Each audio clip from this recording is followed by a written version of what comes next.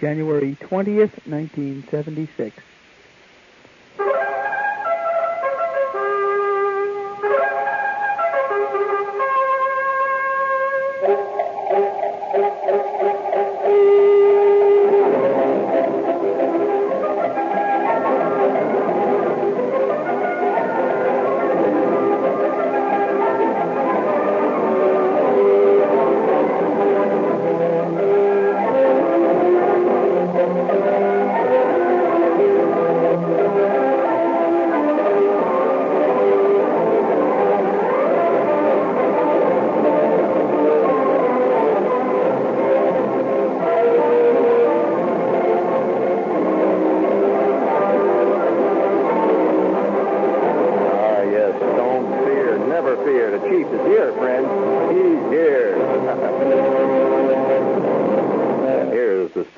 Show, which is called Life.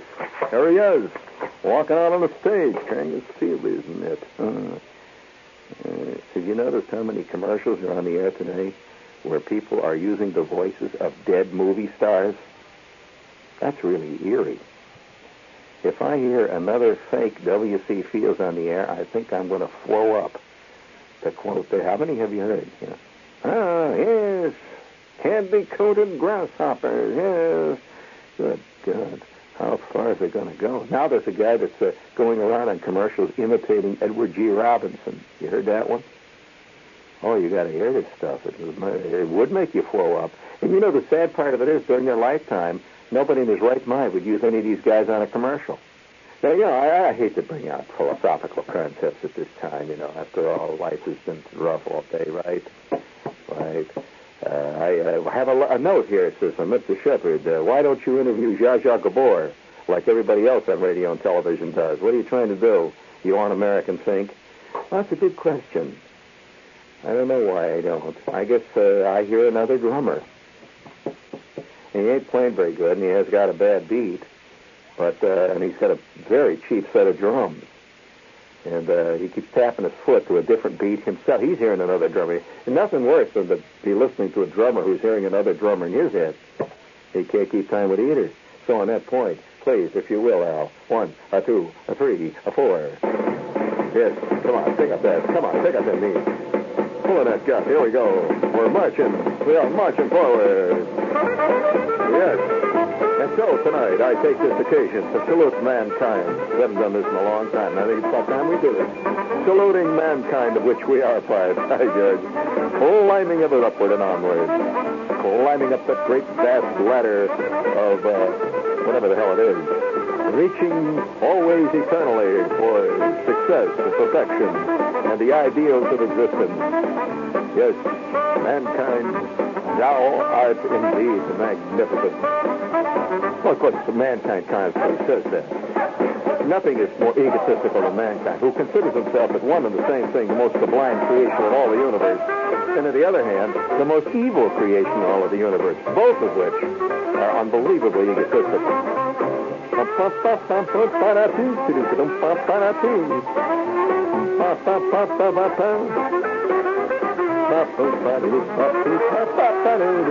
Thank you. Hold it there. Saluting the shade of the dead W.C. Fields. Well, I'll tell you, you never know. Today's heroes, tomorrow's bums, just the way it is. Yeah, one thing I'd like to send out to you tonight is this encouraging message. Since everybody around you has agreed that you're, kind of dumb and you make these bad, dumb decisions, you could be heroic in the view of history. Now, that's not going to do you much good right now. It ain't going to put no numbers in your book down at the old Irving Trust, is it? But somewhere, someplace, it's like, one of my friends was a cartoonist, Gahan Wilson. You know Gahan? Good cartoonist, good guy, good friend. And he's a listener type, too, And so Gahan did this great cartoon the other day. You might have seen it. It was in Playboy. It's a cartoon. And big full-page cartoon. And you see these guys standing around, and they're wearing long white robes. And they've got these cheesy-looking halos on their head. There's a stick coming off their neck, and there's this little bent-looking halo above them, and they've got these crummy little cardboard wings. And it just kind of, you look around, you see around them, around their feet, you see beer cans and cigar butts and, rubble in the corner, litter all over the place. And there's a fence around them, a big high fence. And you can see these letters over the fence telling where you are. And the letters are kind of battered, and one of them has fallen over, and somebody's left a beer can sitting where they stole a letter. And, and the sign says heaven. And one guy say to the other guy, they're all standing looking real bored. One guy standing there looking out over the clouds, and he's got on this robe that's kind of tattered, and it's got a patch on it. And one guy saying, he says, frankly, I thought it would be a little classier than it is.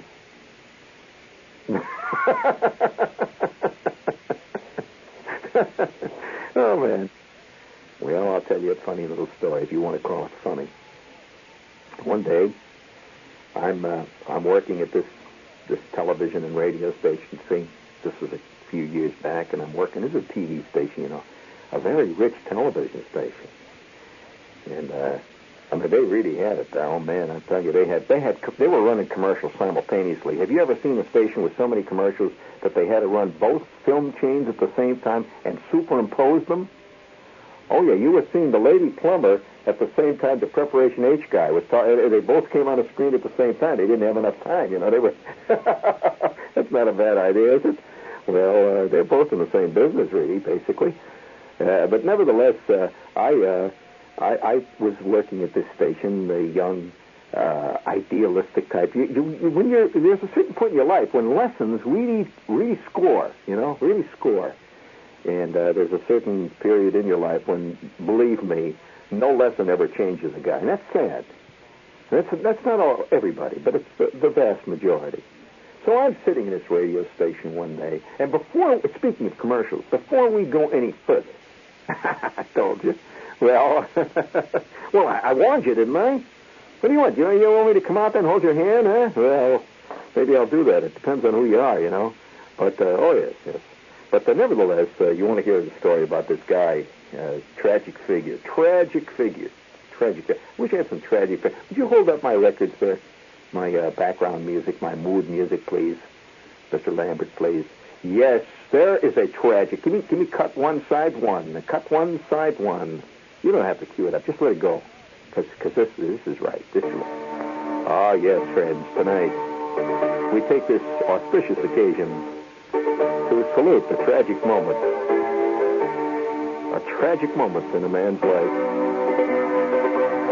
Of which, of course, I must admit, all of us have had in our lives of varying degrees, like the time I locked the keys in my car when I had this fantastic date.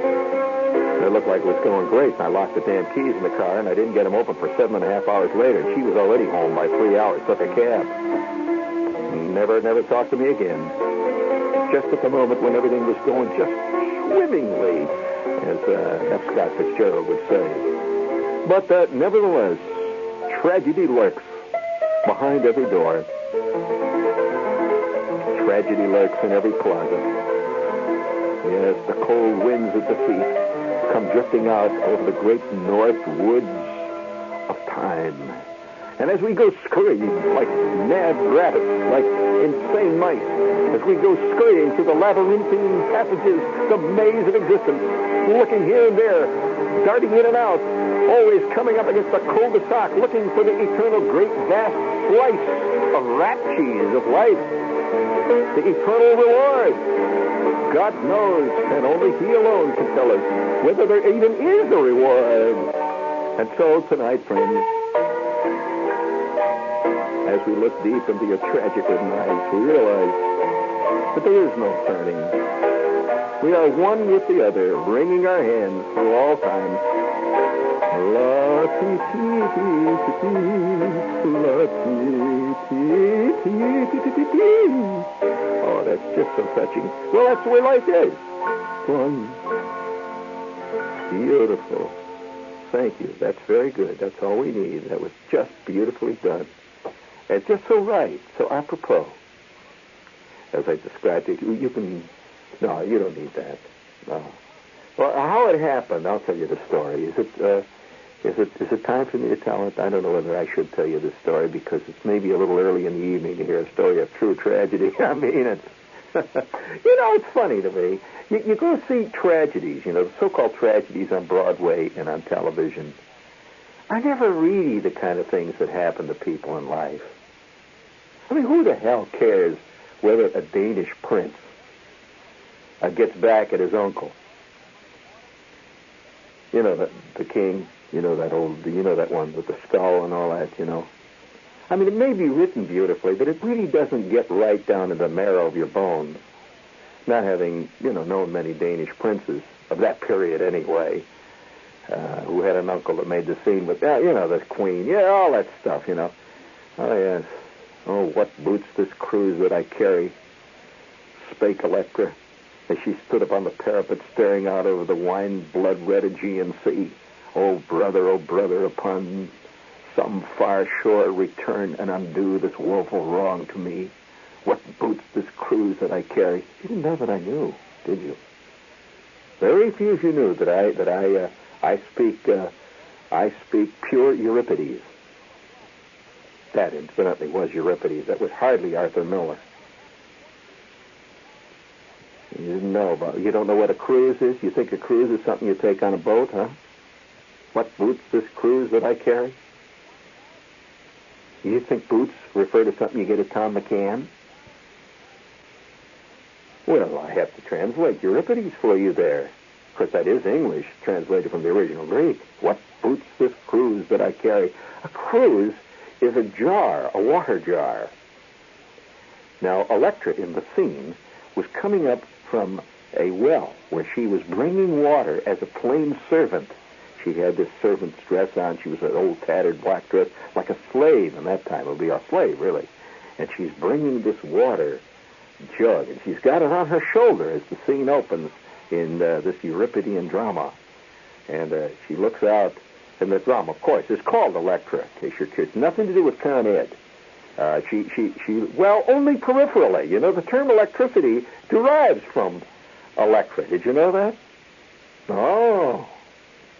Hey, George, this is a culture hour. Yes, it is. The term electricity derives from Electra, a mysterious force, malevolent and yet beautiful. That's electricity. If you ever stick your finger in them two little slots, you'll find out what it can do. I mean, it can make your teeth light up. The old fillings will whiffle Dixie right out of your head. On the other hand, it can make the toaster work, and out comes the Thomas English muffin, nicely toasted, right? Electra, mysterious figure. She was something else. Anybody that's got a Buick named Electra, I'd be careful. Electra could turn on you like a snake. But nevertheless, that reminds me. This is WOR New York. George, it can turn on you like a snake too if you don't watch it. But I don't want to bring intramural squabbling into the situation here. But nevertheless, I would like to point out, though, that as Electra stands and looks out into the darkening dusk, out over that mysterious sea, and she stands on this barren hillside, and she looks with smoldering eyes, smoldering with hatred. Oh, yes. Hatred and various other mixed emotions which come out in the second act. We will not, I don't want to tip the gaff to you, but nevertheless, she stands there and looks out over the sea, and she says, "Oh, brother, upon some far shore, what boots this cruise that I carry?" Now, we have to explain that to you. What boots this cruise that I carry? That did not mean somebody was kicking field goals with a water jug, which probably would seem to you. What boots this is an early term, an English phrase, used to be used by poetic translators, which means roughly, what does it mean? What's the meaning of? Why? What boots? What boots this cruise that I carry? In other words, why? What does this mean? Why am I carrying a water jug? Very symbolic statement. Meaning, why am I a servant? Only servants carried water jugs in her time. Slaves, literally. Why am I carrying a water jug like this? Well, you must know who Electra was. Electra was a princess. So that's a good question to ask. I mean, if you saw Princess Anne carrying out the garbage behind a chock full of nuts, she would have a right, it would be right for her to hold this garbage can up. What boots this can of garbage that I carry? Oh, brother, on some far shore. Why don't you do something about it? That's what she's saying. What boots this cruise that I carry? Oh, brother, on some far shore, undo the cruel gross injustice done to me and thy kin throughout the years of yore. What does this mean? Oh, well, that's what the play's about. And I'll tell you, it turns into one heck of a hassle. That's all I got to say. Now, her brother is named Orestes. Don't confuse that with something they do at the 6th Precinct. Oh, I'm sorry. Oh, good heavens. But that was just unconscionable. I'm sorry. But when Orestes comes back, he comes back from far wars. He's a prince, remember. He comes back from these far wars where he's been fighting, as they always did in those days. They just go out and have a war, just like we have hockey games and stuff. And they did. War was a great sport in those days. So he's out there battling the Saracens or something, and he comes back, and she gets him by the ear, and she says, in effect, brother, what boots these cruises that I carry? How come I'm carrying water jugs? And what's going on up there in the palace? I'll tell you what's going on up there. There are phonies everywhere, and they have kicked me out. Well, the next thing you know, what she's doing, she's fomenting revolution. And in the final act, it happens, and the palaces tumble, and the kings are yelling and hollering and swimming in the water, and the boats are sinking. Well, she was an early Iago. Now, you want me to tell you about Iago? Well, there's an Iago in every office. Classical character. Don't you know who Iago is? Iago is that little short, kind of friendly guy who never makes anybody mad and everybody kind of likes. But once in a while, he comes in and sits down with the boss, see? Just, casual conversation. Says, gee, it's too bad about Charlie. And at that point, the boss says, Charlie? What happened to Charlie? At which point, Iago of the office says, oh, you didn't know? Oh, well, then, I didn't say anything. No. I don't want to say anything about it. This is an old friend of mine. I won't say anything about Charlie. He said, well, what did he do? What's Charlie been up to? Oh, no. I don't want to be the one to say anything. And then he leaves. Forget it. Charlie's got about 10 days. That's Iago. You know about Iago, don't you? We've all known Iago? Correct. Well, we've all known Electra, too. Now, we've all known Oedipus, one way or another. Oh, sure. You've known people who can't take a trip to the mountains over the weekend without calling up mother. Oedipus. Not necessarily a full-blown case of the problem that cursed Oedipus. You know who Oedipus was, because I don't have to hammer it down.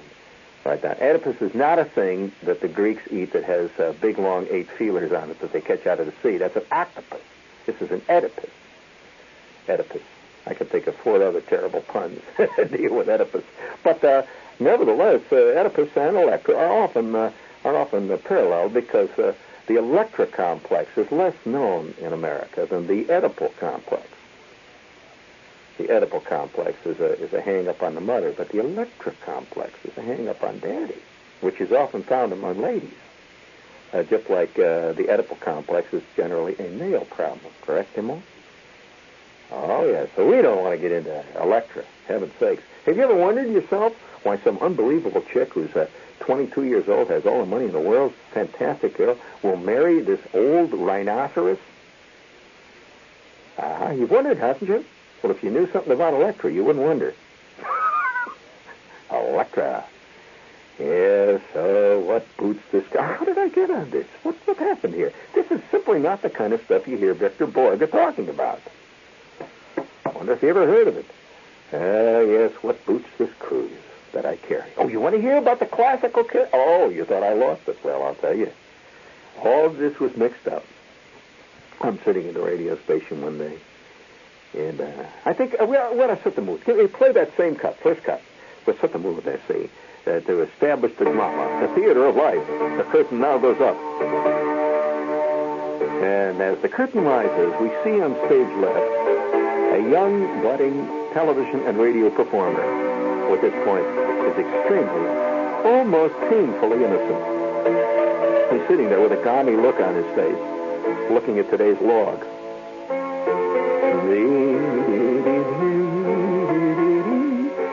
And at that moment, as the stage is established, the studio door opens and in totters a bent, tragic figure.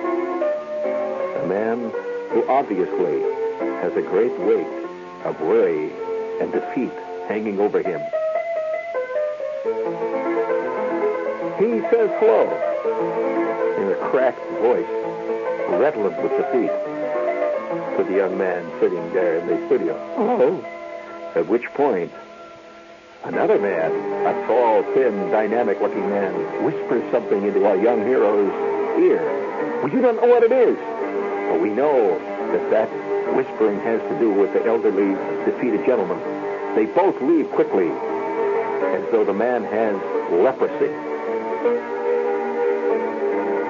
And now the stage is left alone, forlorn, empty, except for the bent figure of the tragic man. Friendless, alone. There is but one place for him to go, and that is out into the storm, which is roaring just outside the studio. It's always roaring just outside the studio when it ain't roaring in the studio, which is a good part of the time. The curtain comes down, and the audience is seeing a mysterious drama of Samuel Beckett dimensions. Not bad, was it? You think there's no point to it? Well, there was a hell of a point. I am sitting in the studio. You want to know what actually happened? I'm sitting in the studio one day saying, remember, this is a television station. These guys have got money coming out of the air conditioning units. In fact, they even took a lot of their spare $100 bills and had them woven into a carpet for Studio 3. You know, that kind of a place. Oh, yeah, the office boys were taking cruises in the Bahamas with their Christmas bonus, you know, that kind of stuff. They had commercials coming out of the air every place. They didn't even have time for shows. They did away with all the shows, not the commercials. People watched them, loved them. And so they had the world by the you-know-what, right? So I'm sitting in the studio there at this great place, and this is exactly what happened. On this day, I walked out of the studio, and there's this guy sitting out there, and he's talking to people. I know he's out there in the ante room. He didn't even come into the studio, you know, where the offices, where the official people. A couple of guys are saying, oh, hi, George. And they'd walk on. Hi, George. And they'd walk on. And at that point, I said to my friend, who was a young engineer, I said, hey, who's this guy? He said, I'll tell you at lunch. And at that point, he sort of said in a very sheepish voice, hi, George, how you doing? And George says, oh, well, I'll make out. I'm doing all right. But he had the look in the eye of a Willie Loman. He had the look in the eye of a guy who was not doing all right and who would never, ever again do all right. And we went to lunch. And I found out about George. You know what happened to George? It sounds almost unbelievable. You can't believe it, probably listening to me. Now, you said, well, come on, he's making the story up. This actually happened. I will supply name, date, television station upon request. If you can prove you're over 21 and a guaranteed art lover, I can, yes, they'll be sent to you in plain brown wrapper, but this happened.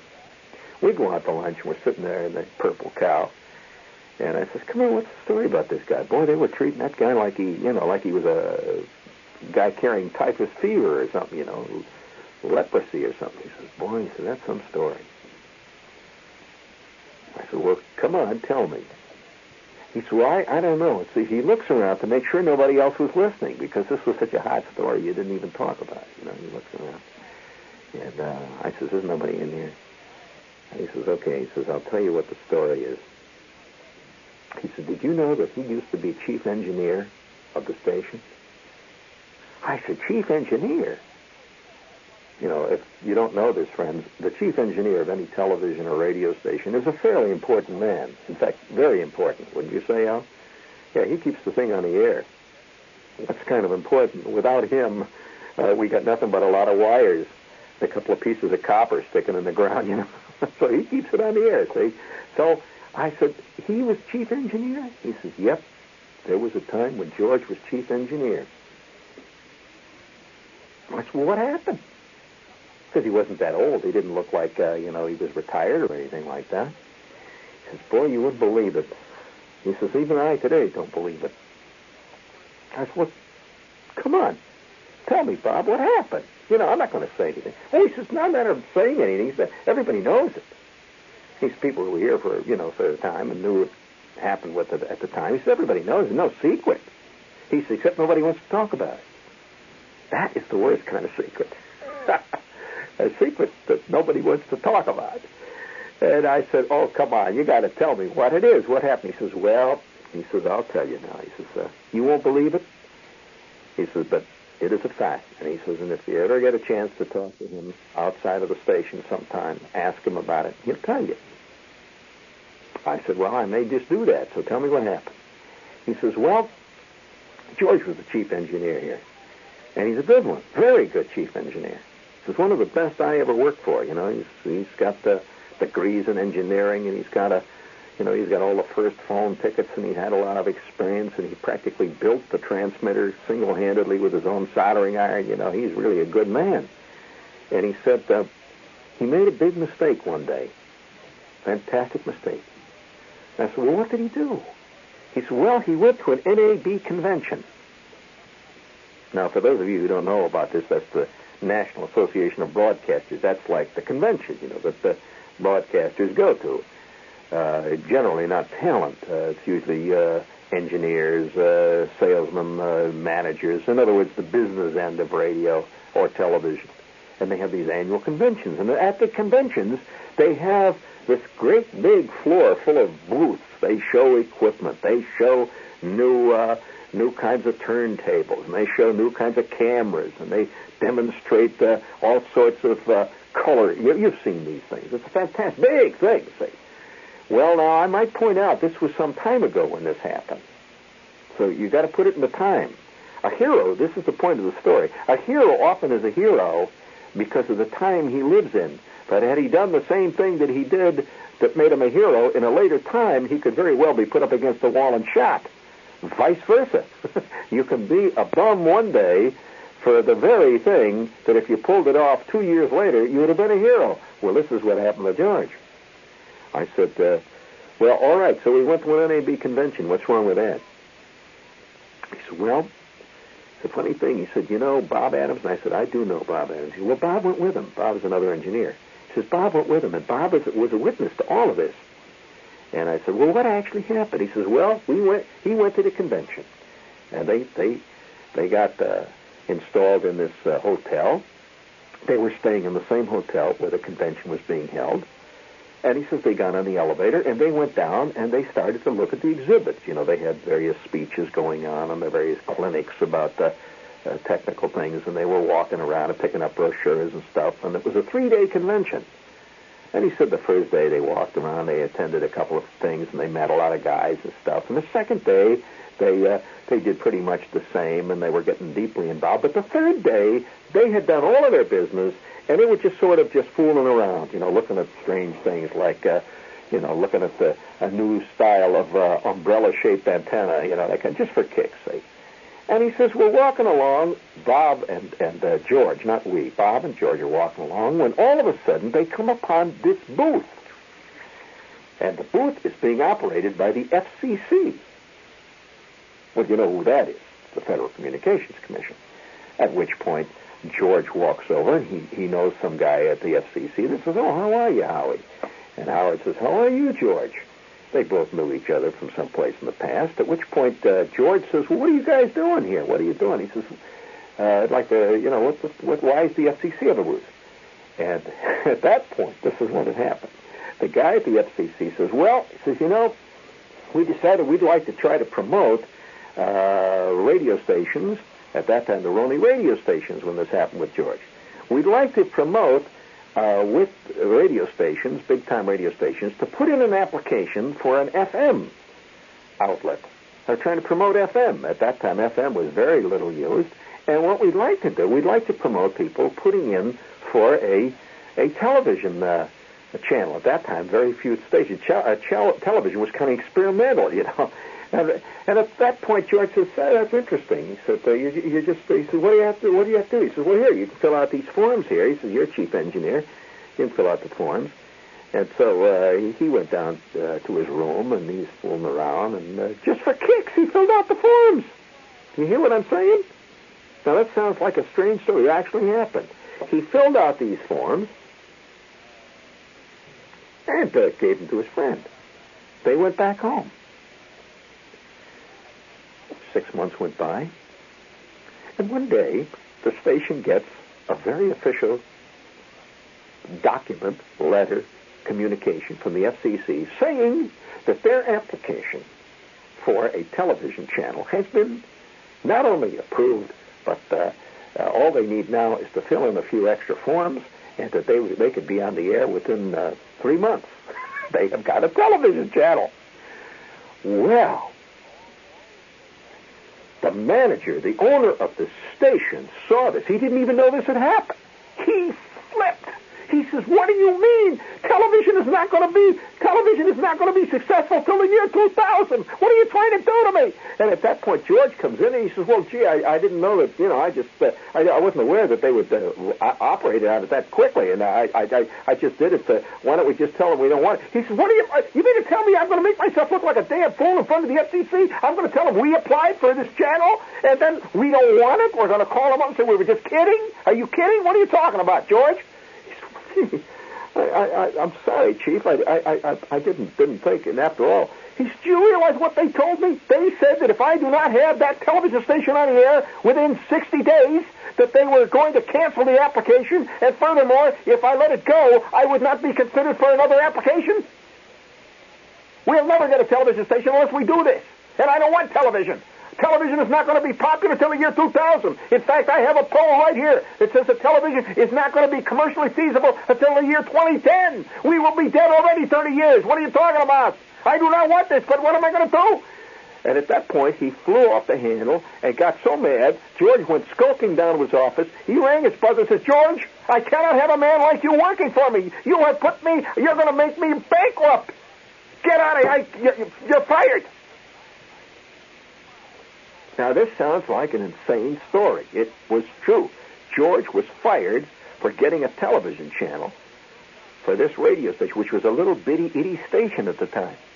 They got the channel, and they put the damn thing on the air with another engineer, because they had to do it. They didn't know what to do. They went out and bought themselves one film chain, one little transmitter that you built with a soldering iron and a Heath kit, and they got it on this channel out in Cincinnati, and overnight, it was the biggest gold mine since the strike in the Klondike. That station, which at one time you could have bought for the price of maybe 5 or 6 fairly decent lead paperweights and a used car, is now worth something like $22 million if you tried to buy it. You can see why they don't talk about George. They never mention George, except once in a while when the guys are sitting around and they get into their cups over at the Purple Cow. They start reminiscing. Somebody talks about that fantastic day that George dropped by the FCC booth at the NAB. Do you know how hard it is today, friends, to get a television channel? That's right. You might as well try to get elected Pope. You'd probably do just as well. Maybe you'd like to pitch for the Mets. Why don't you go apply?